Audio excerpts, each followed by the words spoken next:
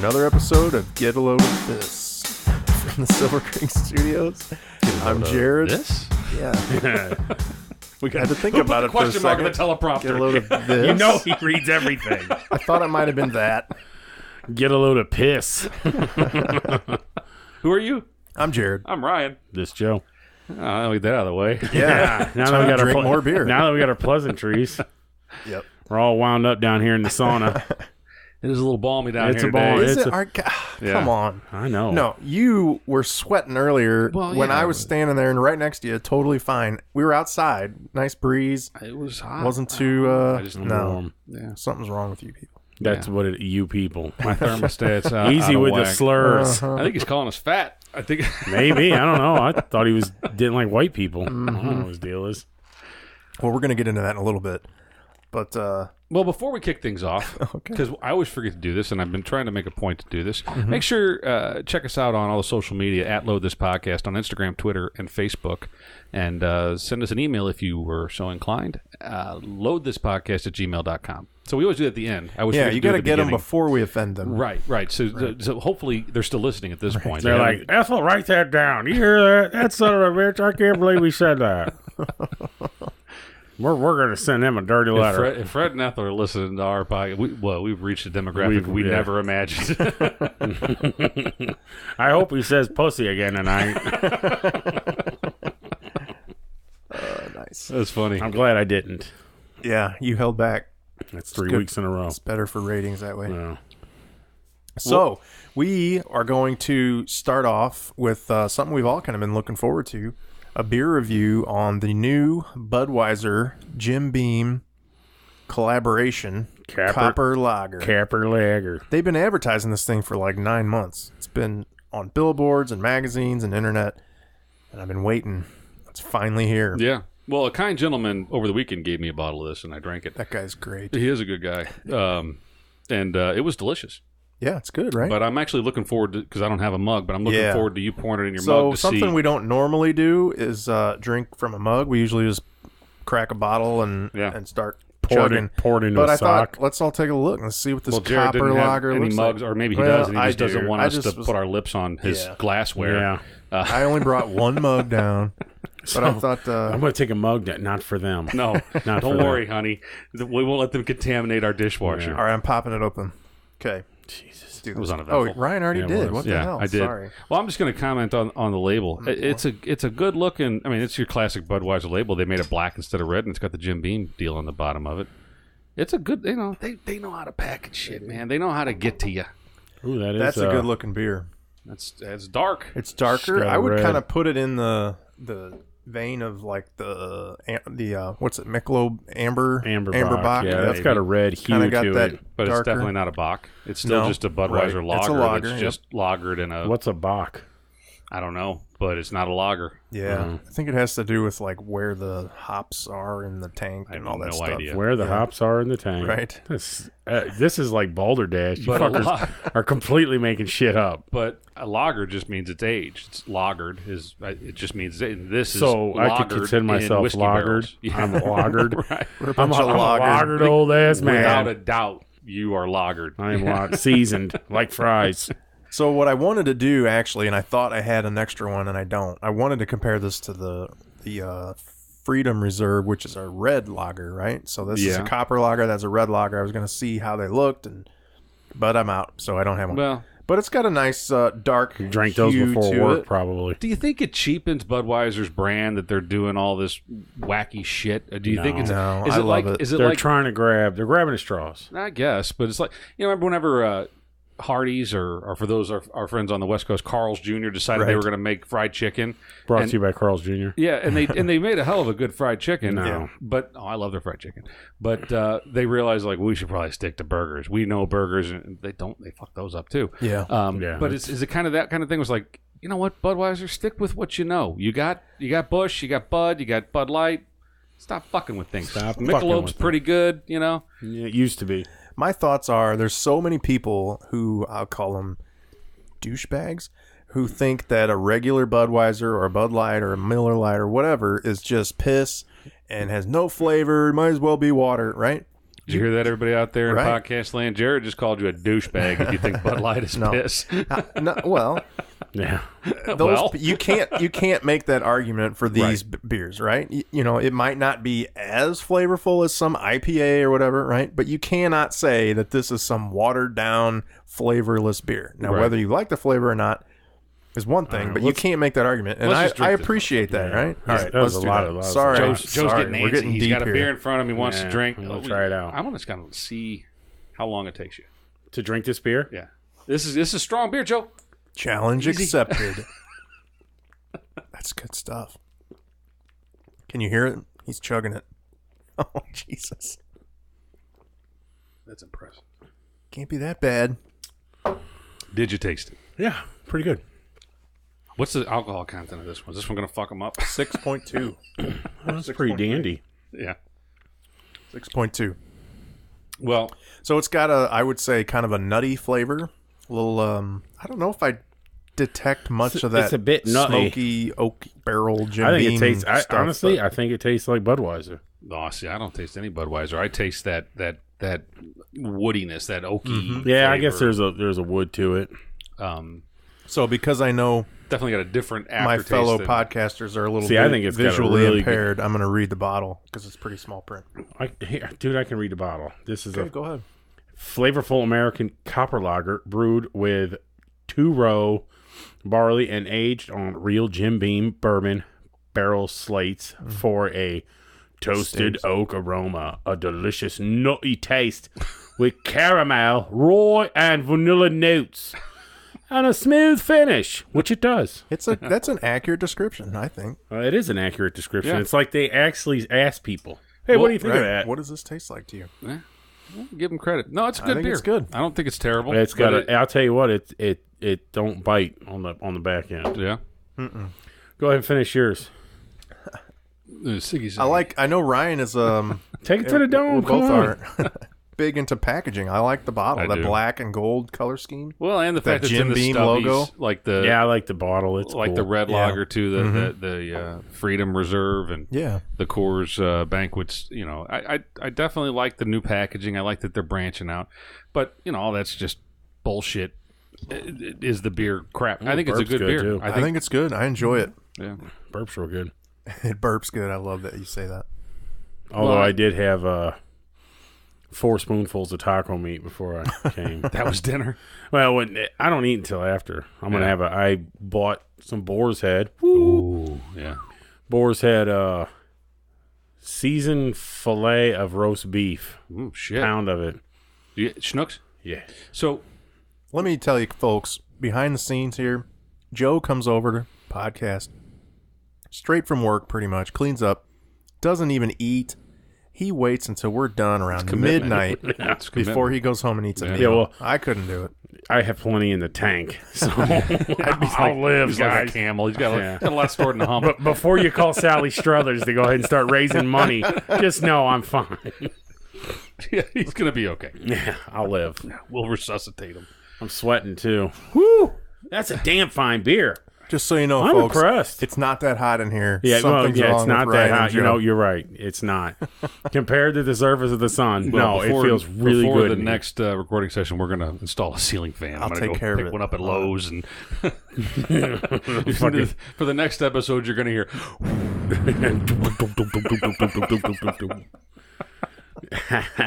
Oh, they got cooling now. Oh yeah. No, I definitely I highly recommend this one. And I'm normally a you're a naysayer. You I'm don't a like, naysayer. You I don't don't like much. No, I don't. I think you could sit back with did we find a beer that Joe likes that's not Bud Light? Well, Yeah. one of our most Budweiser, loyal but- listeners, I like Budweiser. aka my sister, mentioned that. She goes, "Will you ever find a beer that Joe likes?" I like this one. This one's good. She goes, "He pretty much doesn't like anything." And Our I'm like, champagne friend said the same thing. Are you ever going to find one Joe likes? I like Everybody's this one. worried about you, man. That's good. Oh, well, don't worry. I'm fine. I find a way to get inebriated. Don't worry about me. But this one, I highly suggest everyone run out and pick themselves up a 6er. Yeah. I would need 2, but You're not a Jim Beam guy. You're I like Jim Beam. I do. I just do Jack because it's Right. just. But Can you? I mean, I can't detect any kind of Jim Beam thing going on here. I guess it's just I just think it's aged in it. Yeah, I don't wood flavor. Yeah, don't let the Jim Beam scare you away because I don't taste any whiskey at all. Yeah, if you're not a bourbon fan, don't worry about it. I've had a bourbon barrel beer up at Gallagher's, and that one you could taste bourbon. Like I would like that. That would be good to me because I like a little taste of bourbon, especially with little, when you hint it down. Yeah. Mm-hmm. Like I said, hold on, time out. Take a look at this. Oh, look at him. So shit. you're third in this race? That never Oh happens. My goodness! Look at all that beer. Folks. I beat him. Now that's a testament to this beer that I may have a problem. Yeah, you definitely have a problem. On the next episode, get a load of this intervention. See the fun part Jared about gets a stomach pump. Yeah, the fun part about developing a drinking habit is not knowing your limitations, and that's the fun part because eventually, when you start getting the wrinkles on your face and your hair, you don't shave anymore and stuff like that, then you've realized, I can do this much on this day. But I remember being in my 20s, which this would be about what Jared's at now. At his stage of drinking, yeah. Sophomore year. So next week, we're gonna taste test Mad Dog 2020. It's a fine beer, Jared. Yeah, it's a fine liquor. Yeah, I would not drink. I'm way past passion from the next episode. Yeah, I'm way past that. Yeah, we're gonna do drinking games too. That's the kind of shit that makes you lose your shoes, and you can't talk for like a week. Right. Well, I don't know what happened. See, that's developing a drinking habit. Right. Well, you learn what to do and what not to do. Right. For all you kids out there, stay away from anything that is under $4 for a gallon of it. Yeah. Quantity is not quality. Yeah. Anyway, well, that was fun. Yeah, it was good. It's a tasty beer. And I still got something to finish because I'm a gentleman, and I like to take my gentleman. time. Are you kidding me? Weren't you just talking about taking it, hammering it down? Well, that was the other. I had to finish the other beer to start this one, so I got to hammer this down. Maybe that's why I'm drinking this. Too much in my face or something. I don't know. He said something way past perverse. It kept coming. Oh, it kept coming. That's right. I was trying to hammer it back, and it kept coming. Oh God. All right, what were we going to talk about? Okay, we talked about it a little bit before the episode started, but it's the beginning of the NFL season. Yes. This past Sunday was the first week of the full slate of games. Mm-hmm. Some of us were more into it than others. I absolutely love it. Joe's a big football fan. I am. I loved playing it when I was a child. Wish I still could. Can't. You could. I could. You just hurt a lot longer. So yeah. See, I know. That's like the whole drinking thing. Mm-hmm. I know. Watched it all day Sunday, and a lot of good games. A lot of shit games. Yeah. But you get just as into it as you did 2 years ago. Before the Rams. 3 years ago. No, because yes, I do because I love football. I just love it. But I don't have a rooting interest in any one team, which I miss. I really do. You haven't thrown your allegiance towards a new team, and I want to. Yeah, I kind of want to also, but I just haven't. If you had to right now, you had to pick a team that you were going to be loyal to. You have. I'm going to shoot you in the head. What team? I would probably say the Raiders right now. Really? But the reason why I picked the Raiders is because I liked Khalil Mack. I really liked him, and now he's a Bear. So that dude went off. He went off Sunday night. He had a sack, a forced fumble, an interception, and a return for a touchdown in a quarter. Yeah, and the Bears still lost by one. Well, that's because and they beat Aaron Rodgers went out for like a quarter. Yeah. Hurt, and he come back. So Aaron Rodgers, that's why that dude is awesome. He's a machine. The money they pay him, he's already earned it. Yeah. If he quit playing right now, they should still be like, yep. He truly is. Yeah, but probably the next generation's Brett Favre. The thing is about that last touchdown, it wasn't like he orchestrated this amazing drive. Like basically, but he flipped it to a receiver who snatched it and ran 80 yards. Has he not orchestrated numerous fourth quarter? He's the fucking king of it. I'm just saying, you could tell even on the broadcast, they were setting it up as like, here we go, 2.5 minutes left. What can Rodgers do? And Chris Collinsworth needs to he dumps it off to somebody who runs it the whole way. That old wily gunslinger. I just want to go up and choke that, ring that I've always hated that guy. It's a lot of neck to ring, too. He's got an Adam's apple that sticks out like a clitoris. It's fucking terrible. You turn him upside down, I would think it's every. Oh, my goodness. What's your name, girlie? Oh, man. So, Ryan, do you have a team that, if gun to your head, you had to root for? Yeah, it's the Broncos. I mean, I lived in Denver whenever I was a little bitty guy, and my allegiance began then. That's good. And so but when the Rams were here in St. Louis, I did have an allegiance to the Rams. I rooted for them. I bought gear. I went to games. I was totally head you were to toe. Far beyond me. But in '98, in the Broncos, I was full on Broncos. Me too. I thought because I was an Elway fan. I liked Elway when he was losing. Yeah, me too. Yeah, well, I mean, through the '80s, I was, I remember my parents taking me to Super Bowl parties, and I was the only guy there rooting for the Broncos. Everybody else knew they were going to get their ass kicked. I was too young and dumb to realize it. They lost to the Cowboys twice. I think so. Was the Giants one of them? Maybe the Giants were one of them. Yeah, they lost a lot, and they lost bad. Well, they lost 3. Yeah, he lost 3 and won 2. Lost to the Niners once, no?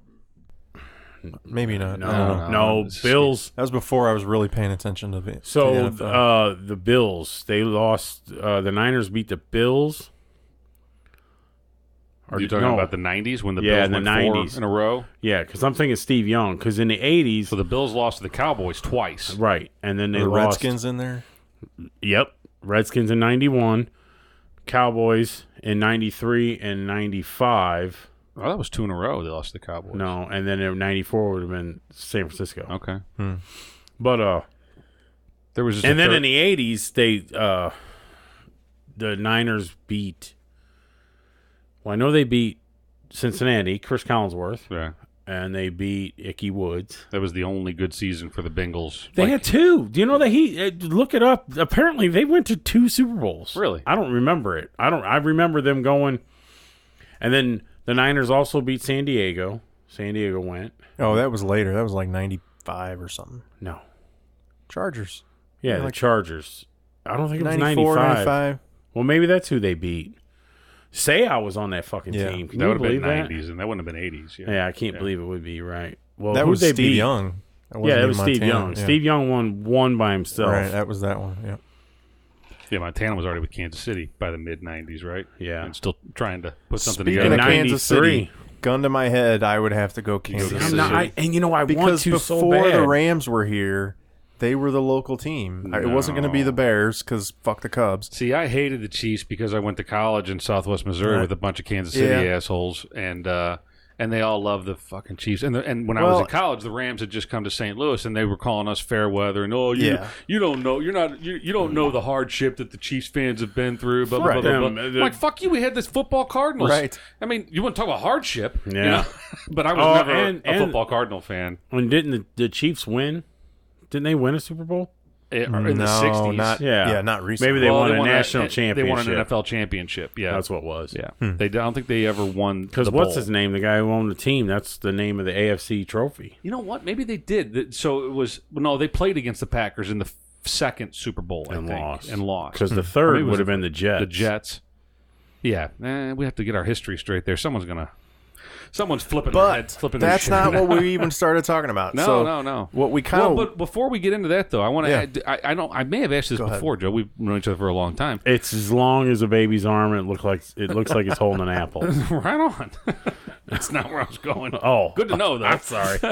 But were you ever a a Cardinal football fan? Oh yes, definitely. You were all in on the football Cardinals? Because my father was. My father was. I was all in. I mean, when I first started playing football when I was 7, I wanted to be number 72, Dan Dierdorf.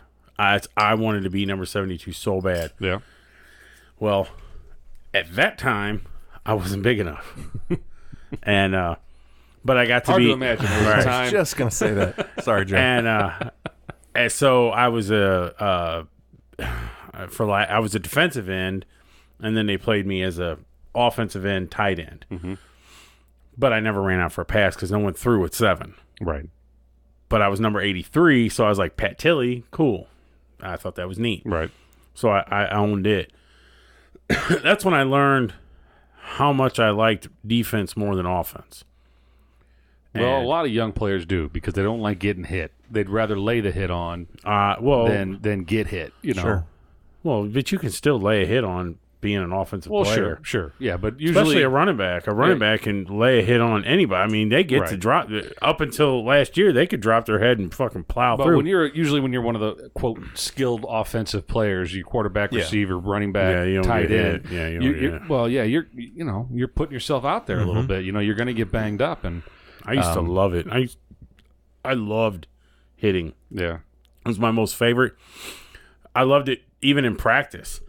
And we used to do this drill, and all the running backs would line up, and then you'd have the rest of the team, one on each side. So it was like this alleyway these running backs had to run call through. It hamburger, don't they?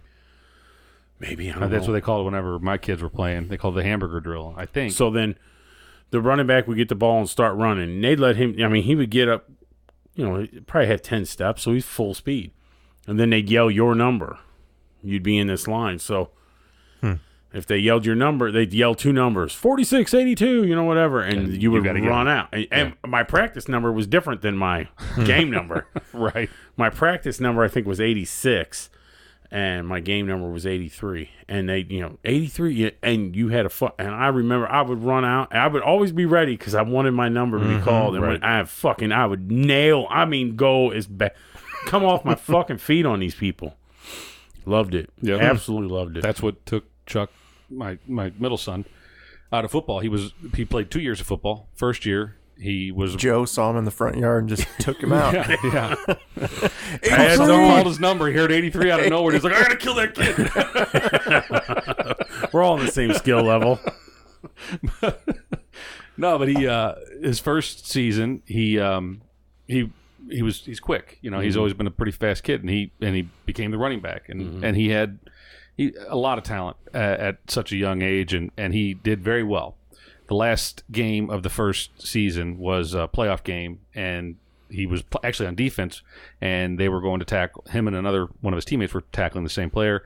The player evaded them, and they went helmet to helmet, and he got a concussion. It was the last game of the season, so it was no harm really. The season was over, but he did have a concussion, and we had to take him to the doctor and make sure he was all right. And then this next season starts, and I think it was the second practice, and he was doing a drill that you were describing, which I believe they call the hamburger drill, and he's a running back, so he's running through, and they called this kid the kid now plays on his baseball team, and he hit Chuck, and basically Chuck came off his feet and his head hit the ground. So he got another concussion, and he carried the football probably 4 or 5 times that season, but he was pretty much a tight end for the rest of the season, and he didn't have that love for the game after getting his bell rung twice, and he wanted to carry the ball. And the times that he did carry the ball, though, his vision was different. Like not that his vision was impaired, just that he had he had more fear. You know,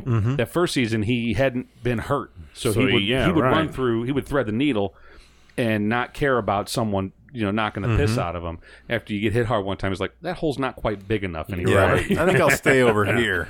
Get tagged the behind the line out on that hole. So he ran differently, but youth football, which I think is a shame. There's a lot of moms and dads out there that are against it, and I have a feeling that football isn't going to last. I agree. They're talking about numbers are dwindling. They're saying that football could actually go the way of the dinosaurs within 15 years. Yeah. Well, because there's a lot of risk involved, and unless you have the right kid no matter what, someone's going to get hurt. You want to change it all?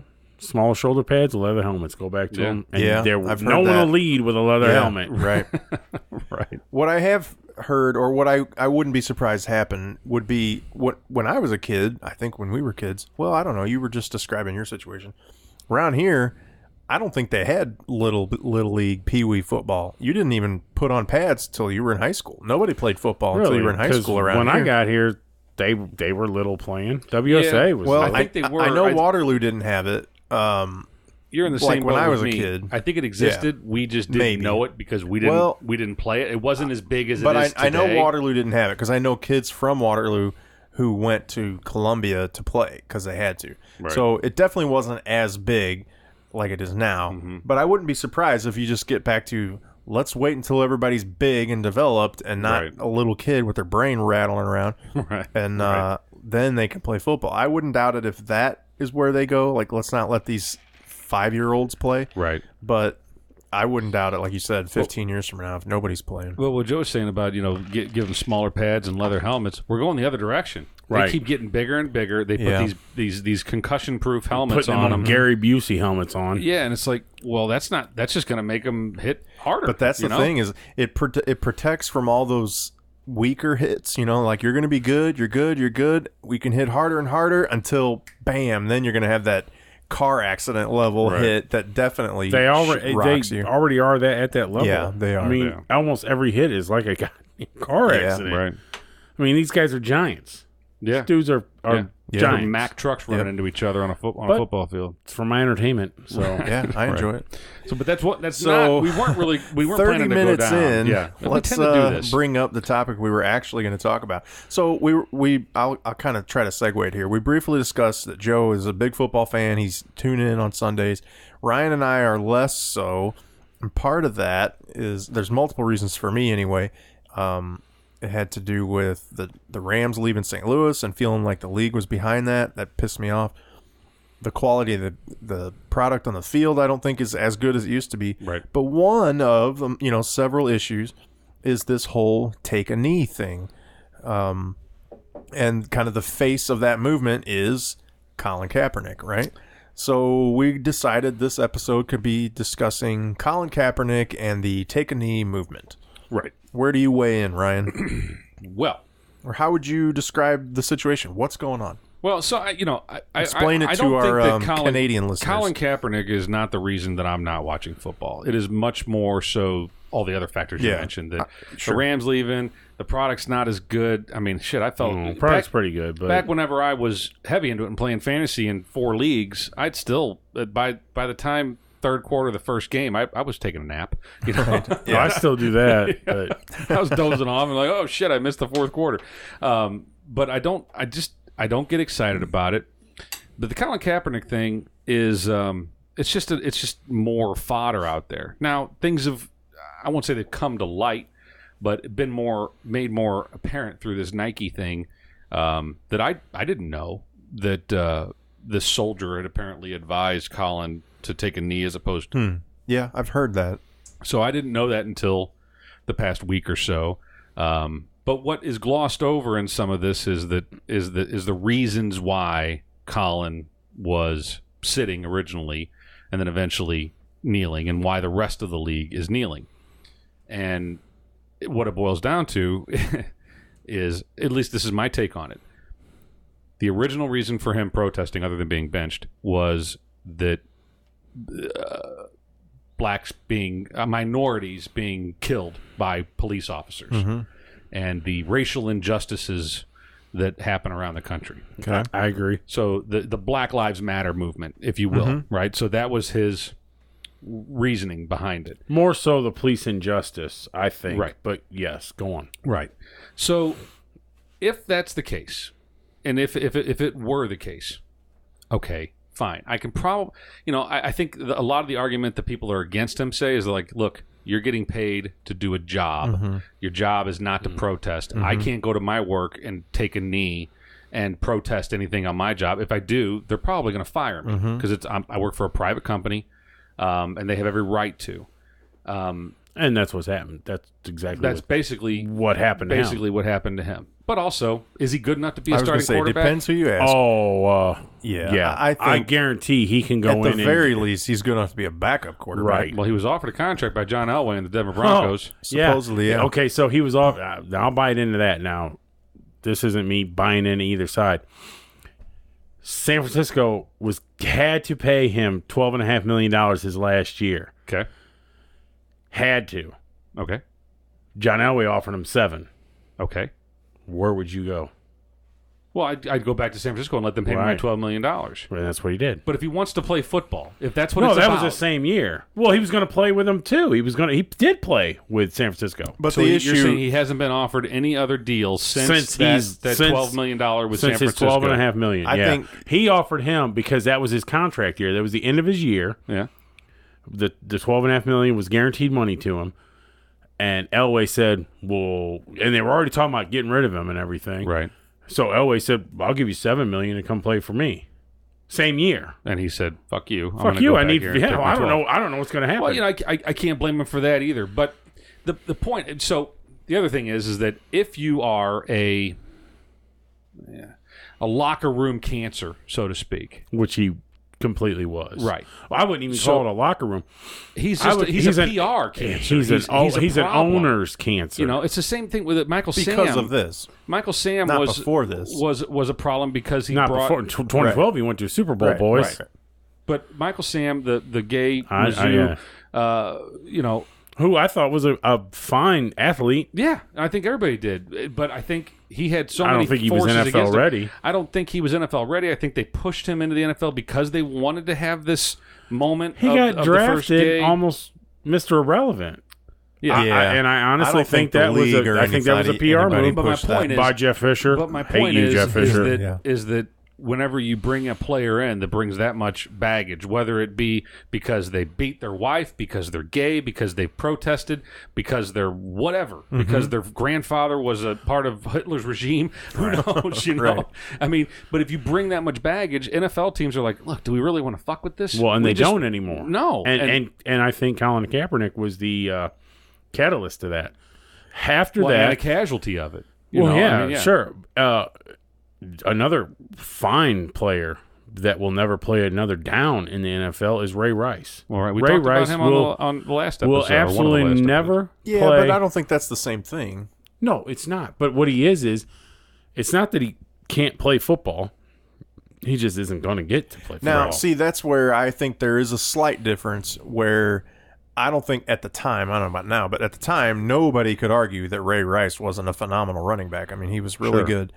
So he was being basically punished for what he did. Nobody wanted to touch him with a 10-foot pole. As he should have been. Right. Sure. Yeah. With Kaepernick, it was already in question whether or not he was actually as good as people thought maybe he was. Well, and can this guy actually help us win? Right. Remember, at the time, before all this take a knee thing, there was the talk of there was 3 quarterbacks, Colin Kaepernick, Russell Wilson, and RG3, and they were the new vibe of quarterback who were going to come in, and they were mobile and they could run, and you couldn't stop them. Right? It was like the whole league was like. Well, but that's all. That's but everybody almost predicted every year. That as like that's the way the league's going to change. Right. Well, obviously it didn't. All 3 of those guys. Well, Wilson has panned out, but the other 2 didn't. And I think there were question marks about whether this guy Kaepernick is actually any good. So the fact that he doesn't have a job right now might actually be because he's not very good. He's a mobile quarterback, and everybody proved that isn't really going to help you win. The thing is, we'll never know. We'll never know. Mobile quarterbacks work when you're young. Can. I mean, we've seen a million of them. Donovan McNabb was a mobile quarterback. Right. Brett Favre was a mobile quarterback. Right. The dog Cunningham killer. Michael Vick. Right, all those guys. Yeah, but Michael Vick actually developed an arm later in his life. And honestly, I do think Kaepernick had an arm. I mean, he was an accurate thrower. Michael Vick was allowed to come back to the NFL and embraced by certain fans after killing dogs. Well, I mean, it's a whole... he ran a dog fighting. It's not like he ran out and was like, well, I got 3 to pick today. Boop, boop, boop. But they were going to die. And that's what tells you... That's animal abuse. They had a fighting chance. That shows you just how... fighting chance. That shows you just how controversial racial issues are, right? I mean, the fact that you can serve prison time for running a dog fighting ring versus this guy took a knee over racist. You don't think it has anything to do with race? The knee issue? Not the knee issue. What? I'm talking about the dog race. The dog fighting has nothing to do with race. No, that's what I'm saying. Okay. I agree. But some people said it. Some people said it does. Some people said the whole dog fighting issue is a cultural thing, right? Vic shouldn't be punished for that. That's what goes on in our culture, right? I mean, I'm not saying I agree with that. The culture it was brought up. Rich people in Virginia. Culture, dogfighting in the South. Right? Rich people in Virginia. Completely brought up as and that actually, the Saudis just let their women drive. Just started letting their women drive. Does that make it okay? Yeah. I mean, how does the women's rights movement feel about that? Like, anyway, that's not what I was saying. Saudi Arabia, where you got to walk 3 steps behind me and you can't drive. Yeah. Okay, let me ask this question. All right. Do you feel, and I know where you're going to go with this, but are you asking me? Both of you, do you feel that the let me take this taking a knee issue is justified in what's going on with race relations in America? Or is it a good or whatever way to represent your frustration? Sure, why not? I mean, you're not being violent, and you're not causing a ruckus other than people's emotions. My feeling on the whole thing, which I should be able to drop my 2 cents on this, is who gives a fuck? Truly. Worry about the players that are on the line. Who gives a shit? If you don't pay that shit no mind, it will get no mind. Right. Don't worry about it. I don't give a fuck if they're over there spinning plates and juggling balls. Fuck you. Great. Okay. You know what? Do you think when the national anthem is being played at any event, sporting event, whatever, that you should take the time to recognize it, maybe put your hand over your heart and stand still? And I do. So if you were at your daughter's high school event and they're playing the national anthem and somebody's fucking spinning plates, wouldn't you be like, is he an American? Is he an American? Yes. Well, it's his right. It's his right, but is he an asshole for doing it? Well, sure, but that's okay. So don't say you don't give a fuck. But I don't need. But because you do give a fuck. Well, he's an asshole. That's great. The guy cuts me off in traffic. So am I going to go to his house and fucking stand out with signs? No. Who gives a fuck? Who cares? Great. You know, give him the finger and go. Okay. I guess I don't see it. I think not giving a fuck is not the right response to somebody who is disrespecting the flag and the country. And then I hear that too. There's so many injustices that go on in the world. Pick one. This just happens to be on Sunday on national television. There's a lot of bad shit that happens in the world, and we don't get pissed off about it. I'm and you know what? I'm going to be probably the middle of the road on this one. I think is that I'm kind of with Joe, but I also I'm on the fence. Really, I see where you're coming from. I agree. I could get pissed, but I just don't. It's not going to do any damn good. But the problem I have with Colin Kaepernick and the position that he has taken is that, well, as I think we talked about it before we started, is that the reason why he initially was sitting was not because of police brutality. I don't think so. It was because he was being a bitch. He got sat. He got benched. He got benched that week. And he was pouting. And he sat. And maybe it was because... Yeah. I think. You know, I mean, if he's sitting and then after the game they were like, why'd you sit? And he said... because of race relations with cops? That's not what he said. He didn't say that. When did it become that? It didn't come to light until the next week whenever he took a knee on the advice of a former soldier. Right. And then he went on to say about the injustices of the police. And he wore the socks and everything with pigs on. That's where the problem comes in. Right. Well, he got fined for that. Is that you're wearing socks and you got, what is it, just pigs or whatever? Just it was a pig with a police hat on or whatever. So, look, I respect our policemen, our firemen, our military. Let's get this straight. I support police 110%. Right. So anybody that's out there, and this is a really deep topic, and I don't know how much time we got here, but if you start saying, the premise that he's going on, that the cops are killing black people, that's the basic. I mean, let's just boil it down to the simplest terms, right? That's what they're talking about. Colin Kaepernick is saying that black people, unarmed black men, are being killed at an unsubstantiated rate, or an inequitable rate to others. So let's take that on its face Is there value. a barometer to that? I mean, is there like less than 5 is okay? Well, no, I mean, I think what they're looking at is like, well, if 12 black guys are going to get shot by cops, and 12 white guys got to get shot by cops. God, I hope I'm not in that line. Well, but fuck. But here's the problem with it is that what, and this gets touchy here. Touch and go. If you're committing a crime and you're resisting arrest, it don't matter what color you are. Exactly. You deserve to be shot. And if it just so happens, and I'm not saying this is fact, if it just so happens that more African American gentlemen tend to resist arrest than white or Indian or Asian Americans. That's the problem. You go over to Japan, look at all the Asians over there fucking things up. I can't believe it. I cannot believe. Do you know over in Japan, it's like 98% Asians over there. Yeah. And they're destroying. They're just destroying You're everything. trying to derail my statement here, but what I'm saying is that it's not as simple as what he wants it to be. It's not as simple as the Black Lives Matter movement wants it to be. But it's his view. Maybe it is. It's his view. It's his view. But maybe it is that simple. How many stories in that timeline did we hear about some guy who wasn't armed, who maybe wasn't even resisting arrest? Maybe all he said was like, "Get off me," and they pinned him to the ground and broke his neck. I would love for one of our shot him and then said, "Oh shit, we better plant a gun on him."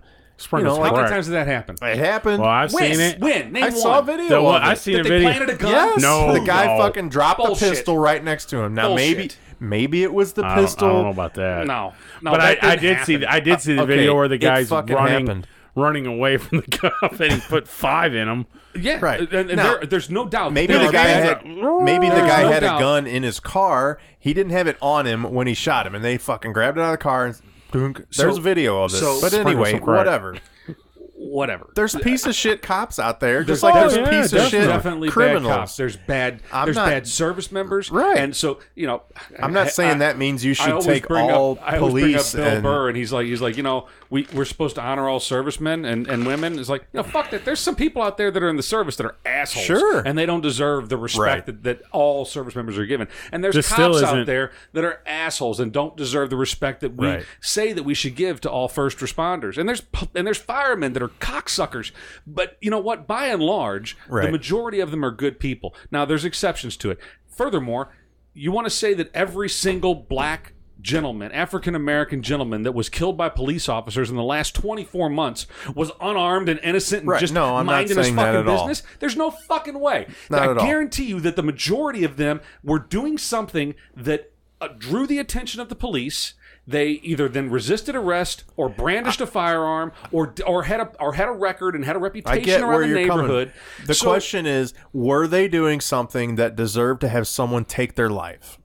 Depends. I think you have to take it on a case-by-case basis. Well, okay. So, but I think the argument is that there's too many times where that level of force did not need to be used. And, afterwards, the cop, all they have to say is like, I felt like I needed to use that much force. I thought my life was threatened.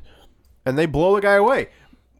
Yeah. And sometimes it might be justified. And I think the argument is that a lot of times it's not justified. And you jumped to conclusions and you reacted instinctively to shoot the black guy versus... There's the problem with the argument. Is just sometimes and a lot of times it's like, no, you have to take these things individually. We have to look at Michael Brown. Well, we have to look at the guy that said, he just had a sandwich in his pocket when in actuality it was a 9mm. And they wanted to gloss it over. The media and the Black Lives Matter movement said, all he had was a sandwich. Bullshit. He had a fucking gun. And the cops were completely right. You got any more of these? I think I'm drinking the last one. My bad. Well, I need to give me a beer. God damn it. You motherfuckers are dancing down this. I'm sitting here drying out. So the cops were completely justified, in my opinion, if someone... completely justified in what?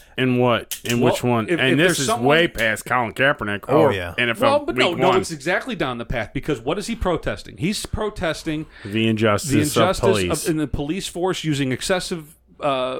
measures on African American gentlemen in America, and I'm going to say that absolutely there are circumstances, there are occasions, there are cases where police did act inappropriately. I would say did shit wrong. Cases, not a trend. But no, it's not a trend, and also, you think it's a trend? I mean, I would say, and I fully admit that this is based on the media reporting it.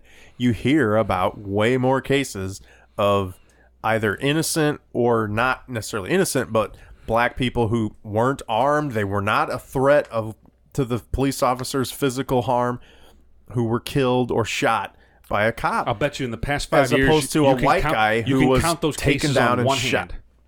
Well, in the past how many years? In the past 5 years, you can count the cases where the police officer... I would bet it might take 2 hands, but... maybe a hand and a foot. Okay, and how many cases of a white guy did you hear where an unarmed white man was shot and killed by cops? We don't hear about those. That's my point. Is what about that cat in Arnold? You don't hear about it very often. I heard about it. You don't hear about it in the news, and that's part of it. The news is only reporting what they want us to hear. But and the news is reporting things to inflame all of these emotions in everybody. And that could be these, minority groups or black people are reacting to what they're hearing in the news. Well, and that's the problem. The problem with the media is they're news or whatever you want to call it, But you mentioned on a previous episode you watched the documentary about Michael Brown. What was it called? What the hell was it? It was a weird name. It was like it had nothing to do with like hanging fruit or something like that. It was a very good. Yeah, and I actually tried to find it. I couldn't find it. I'm still searching for it to be able to watch it because I'd like to see it. And I know it's from the perspective of Michael Brown's family, but it really it's and it paints a case I thought it would be that too, but it makes a case against Darren Wilson, right? It more makes a case of the whole of basically the day leading up to what happened. Okay. And it does make the case about Darren Wilson and that how he acted inappropriately, basically. Yes. Okay. That there was evidence of showing that what was said and what the evidence shows is different. Well, and then it actually shows. And like I said, it's biased one way. Well, sure. And it shows. It talks about Bob McCullough and how Bob McCullough may have been tainted in some way. And right. He only looked at certain evidence. Right. And then how other evidence was brought to light and it never got shown and everything. Well, I went into it with an open mind because, and it was good. I liked it. I really did. You talked about it, and it made me want to watch it because I like to see the other side of things. And I currently have it in my mind of how I recall things going through. And the reason I asked you that is because, that was one of the most visible cases in St. Louis history and probably national history. It's one of the most widely watched. Well, honestly, cases. It's almost. And we knew the evidence. It was almost martyred like Rosa Parks. It started a movement. On one side. On the other side, people like myself, I wasn't just watching the protests and the riots and that kind of thing. I was looking at the evidence and I was reading things as they came out. And again, I'm giving the benefit of the doubt to the police officers and the investigators, but the evidence came out that... I totally agree. And the evidence that I seen shaded my mind to one side. Right. So having watched this, there's a lot of people that weren't watching maybe they were hearing it, but they just were discounting it out of hand because it came from the cops and they were corrupt and they were evil and we don't give a shit what they say because they're gonna pin this on Mike Brown no matter what. I'm maybe from my perspective is like, hey, I'm gonna say it is what it is, and there's where the bullet hole was, and it was in his chest, and it wasn't in his back, and it appears that he didn't have his hands up because there's one in his arm, and he was. It appears that he was charging, and there was witnesses that corroborated that evidence. And my point is, and it's a long way to go, but the entire Black Lives Matter movement is driven from that one event. Sure, and the whole hands up, don't shoot thing is a fallacy. And the gentleman who created that, the Michael Brown. No, Michael Brown didn't create that. The preacher, I think there was a preacher that created the hands up, don't shoot. He's on there as well. Yeah. And like I said, it was a very, very good documentary. It did not paint Michael Brown as a martyr by any stretch of the. It painted him as a dope man. Right. It painted him as a dope dealer. Right. I guess the point that I'm getting at is that if everybody were to take a subjective view of that event, starting with Michael Brown, this way turned fucked. And then I know. and then we didn't want to talk about 9/11, and then we're going to talk about Michael Brown. And then all the other events that happened after that, the other African American gentlemen that were killed by police officers. Well, in that same documentary, they show a gentleman, and I don't know, they almost all run together at that point. Yeah, there's been a lot. Of incidents. These two cops pull over this. It's like a 90-something Cutlass or something, like 4-door anyhow. And the guys, you can't see what's going on in the car, so you don't know. You have to discount that as what it is. But I mean, this cop was out of the car and he was drawn on him, and then all of a sudden he just fucking empties his gun into this dude while 3 other people are in the car. Okay. So you think that the cop was in the wrong? In that particular instance, I do. Well, I think that's but you don't know if someone pulled a gun or if someone made a move. there was actually no gun in the car. But even if they made a move, sure, I agree. Even if the guy in the passenger seat reached for the glove box quickly, no, if I'm a cop, I'm going to unload the goddamn gun into that guy. You know, and I think that's where you have to understand, or at least consider, that there are a lot of fucking violent ass criminals out there who will gun down a cop or anybody else that's an innocent person. You take Kirkwood. A police officer has to consider that in any situation. Sure, this person might gun me down. So if you're resisting at all, if you are giving them a reason to pull their gun on you, they're in the right. Here's the simple fact. Is it if you get pulled over by the police, I don't care if you're black, white, brown, yellow, purple. You're caught. I don't give a shit. Well, no, not even that you're caught. If you're doing something wrong, if you're not doing anything wrong, you're caught. Just cooperate. Right. If you're going to do something stupid like reach for a gun or do something that's you're not instructed about, then you have no recourse whenever you get dropped. Right. Yeah. Period. That being said, I'm going to devil's advocate here. The flip side of that is, as a police officer, you can't just be pulling your gun anytime somebody gets pissed off because you pulled them over or whatever, or they decide to get out of their car. I mean, it's easy for us to say. I know. I agree with you. It's easy for us to say that, and I'm not disagreeing with you, that they should have restraint and they should be able to discern the situation and understand what's going on and be able to make those judgments. Mm-hmm. But we're not in that situation, and they've seen and they've been taught to react to certain movement, and they got to defend. I mean, look, they got families; they want to go home to their families, you know. So if I'm that cop that pulls up to this Cutlass, this 90-something Cutlass, and we don't know what happened in the car. There was no body camera footage, I would imagine. No, so we don't know what was going on in that car. So all of a sudden, he pulls out his gun and unloads a clip in the driver. He did. We don't know what that driver did. Did that driver reach in the side of his seat quickly? I think he was reaching for the glove box. Honestly, they said it. If he wasn't instructed to, then he shouldn't have done it. He was told to stop twice or 3 times. I don't know. And then he got shot. So a little more than shot. He got turned into Swiss cheese. Well, my whole we should probably wrap this up. I was going to say we should, and then maybe say a prayer. This blows. My argument or my point on the whole take a knee thing is, we value our national anthem and our flag and what it represents very highly in this country. Right? Very. We sing and play the national anthem at damn near every sporting event. We do it in schools. I never sing.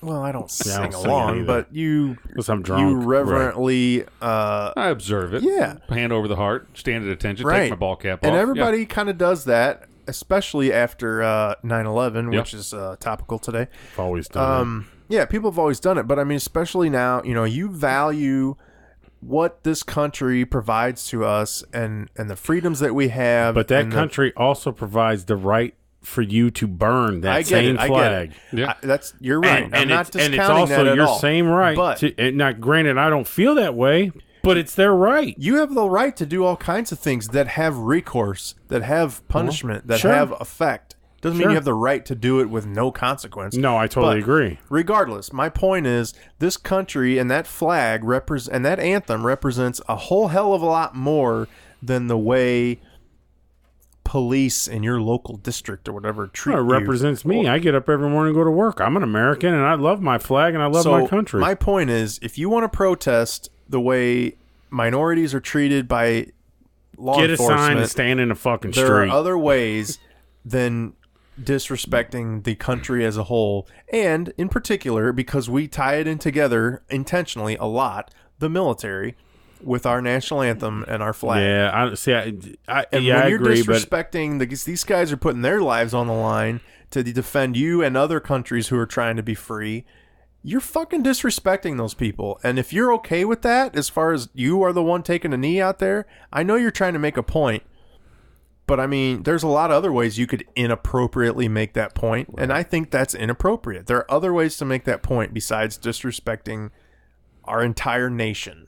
and that's the issue I take with it. Yes, you have the right to do it. We fought for those freedoms. I don't care enough, I guess. Yeah, that's my we're thing. Out of time, But maybe we'll touch on this. I think hey, stay tuned after the music here. Maybe you'll hear some outtakes. We may have some more to say about this. But hey, in the meantime, check us out on the Instagram, Facebook, and Twitter at Load This Podcast. Send us an email, loadthispodcast@gmail.com.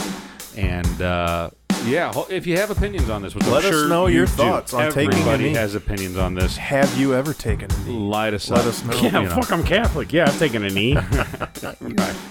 So until next time, I'm Jared. I am Ryan. Holy shit, this is Joe. And get a load of this. That's crazy.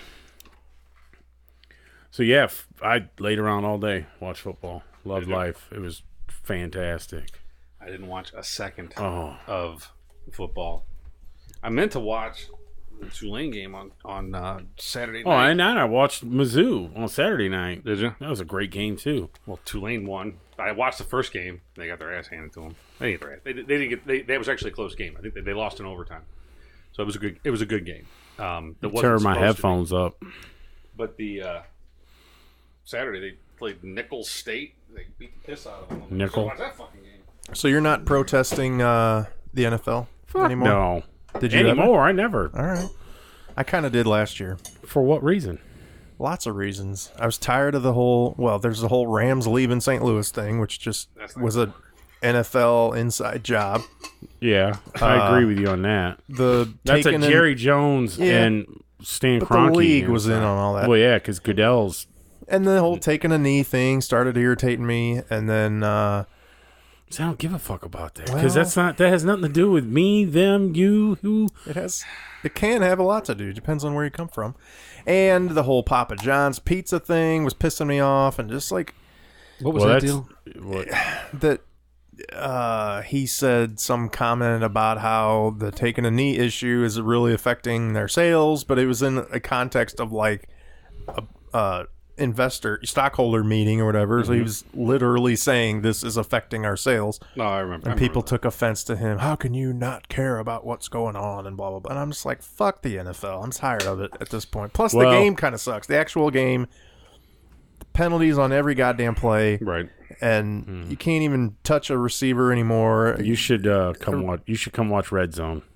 Well, come to the house and watch Red Zone. Well, that's being not said, watching. I did watch some NFL. This I agree. weekend, Red Zone and watching just the highlights is enjoyable. I get to see I get to see all the shit from every game. I mean, you see everything, third downs, interceptions, anything that's going to mean anything. Is it only when they're in the red zone though? No, it's just. Oh, I thought it's it the was name of the. That's just that. I mean, they go to a team when it's in the red zone. It may have started that way, but yeah, if it's a 3rd and 9 and they're deep in their own territory or whatever, they're going to show that. Okay. I mean, they show everything, shit like that. They hop around a lot. I was talking to it's awesome Corey today at work about football and that neither one of us are doing fantasy this year, and we have historically. I didn't do it last year either, and the excitement that feeling I used to get during the opening week of football. I mean, I dug it, and I don't even pay attention. I don't care, right. And I don't know why. I mean, it's probably a culmination of things. It's the Rams and just the bad taste that left in my mouth, and then I definitely got over it a little bit. I mean, this past Sunday was opening week, and I definitely watched some football, so I'd be a hypocrite if I said, I'm totally over it, but I'm not nearly as excited about it as I used to be. I was elated. Couldn't wait. I was watching the countdown. Yeah. Well, I think that but I'm a football fan. Right. I love football. Right. And there's a lot of guys just like you in cities all across America, all around the world. Yeah, but they still got a fucking team. Well, right. Yeah. Not in Cleveland. Shit, they tied. It's better than nothing. That pissed me off too, because that'll haunt the fucking league all year long. It'll haunt the Steelers for sure. It'll the haunt Steelers both of should have them. won that game, and I would imagine I didn't watch it, but I would imagine the Steelers had every opportunity to win that football game. So did Cleveland. Really? Oh yeah, a blocked field goal. They were winning. How they tied it. They were winning. Steelers were winning 21-7 midway through the fourth quarter. So, well. All right, let's get this. Five show turnovers. Yeah. Ben had 3 That's just ugly picks. football. I just want to drink this beer. Yeah. All right. Jared's Drunk. thirsty. Goddamn drunk. He's got issues. Mm-hmm.